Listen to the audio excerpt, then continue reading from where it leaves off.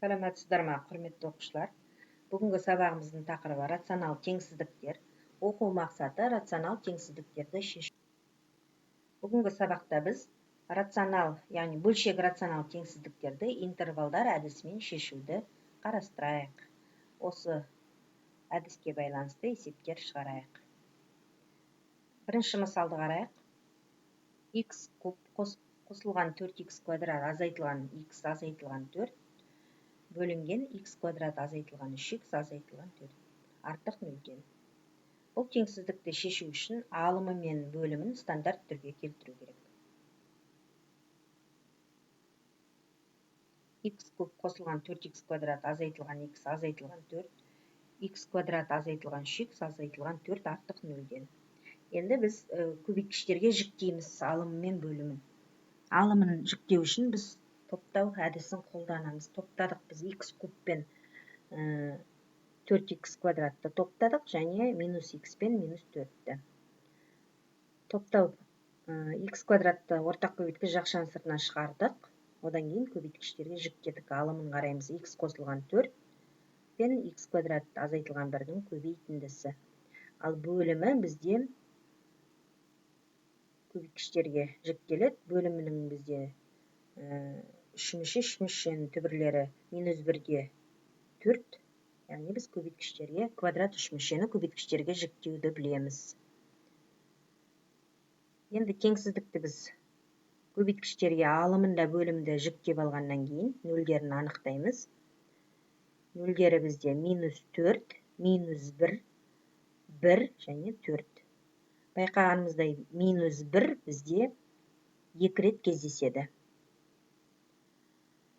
Енді сан түзуім бойында, сан өсінде осы нөлдерін өсу ретімен орналастырамыз суреттегендей. Және дөңгелектер менде ашық, боялмаған көріп тұрсыздар. Себебі теңсіздігім қатаң теңсіздік. Әр аралықта таңбасын анықтаймыз. 4-тен плюс х-ге дейінгі аралық, яғни оң жақта жатқан аралықты мен анықтаймын, оң таңбалы. Енді 4-ті қараймын. 4 бізде бір-ақ рет кездеседі, сондықтан тақ рет кездескенде біз таңбасын ауыстырамыз. Минуске ауысты. Келесі минус 1 мен 1-дің аралығын қарастырамыз. Ол үшін 1 бізде бір-ақ рет кездеседі, таңбасы өзгереді.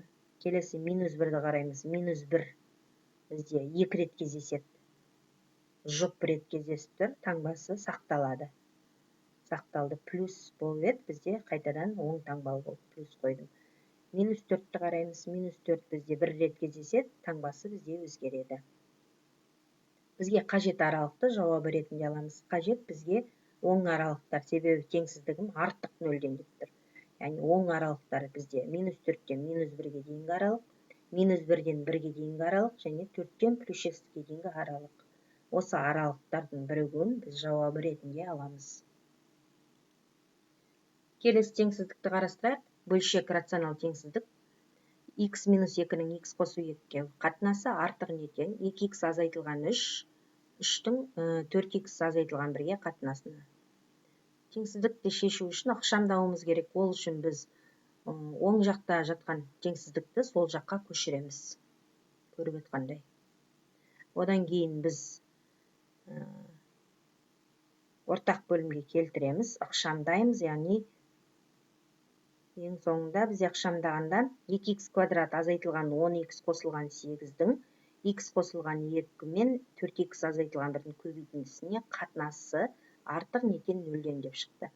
Осы ықшамдалған теңсіздікті біз алымын бөлімін көбейткіштерге жіктедік.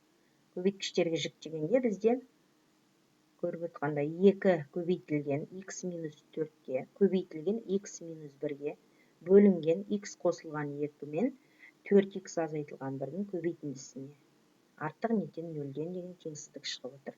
Осы теңсіздіктің нөлдерін анықтаймыз. Нөлдері минус 2, 4-тен 1 және 1. Және де 4. Анықталу облысына тиісті нүктелерді жабық дөңгелекпен, тиісті емес нүктелерді ашық дөңгелекпен белгілейміз. сан түзүүнүн боюнда осы нөлдерди өсүү иретинен орналаштырабыз және әр аралыктагы таңбаларды аныктайбыз. Бизге кажет оң аралыктар. Ал оң аралыктар бизде -6-тен -2-ге дейин, 4-тен 1-ден 1-ге дейинки аралык және 4-тен +6-ке дейинки аралыктардын биригүүгү шешими болуп табылады. Үчүнчү мисалды карайык. X квадрат азайтылган 3x косулган 2-нин x квадрат косулган 3x косулган 2 артык экен 1-ден. Бул теңсиздикти шешүү үчүн 1-ди, яғни оң жагында жаткан 1-ди биз сол жагына көчүрдүк. Ортак бөлүмгө келтирип, яғни теңсиздигибизди ыкшамдайбыз биз. Көбөйткичтерге жиктейбиз. Сосын теңсиздигибизди ыкшамдаган бетте бизде алымында -6x, одан кийин бөлүмүндө x квадрат косулган 3x косулган 2 теңсиздиги артык экен 0-ден деп чыкты бизде. Яғни -6-га мен бөлүп жибердим. Сол -6-га бөлүп жибергенден кийин терс санга бөлсек немесе көбөйтсек теңсиздик белгиси өзгеретин билебиз касиети боюнча. Теңсиздик белгиси өзгерди. Энди биз алымынын нөлдери бизде 0, ал бөлүмүнүн нөлдери -2-ден -1 бизде.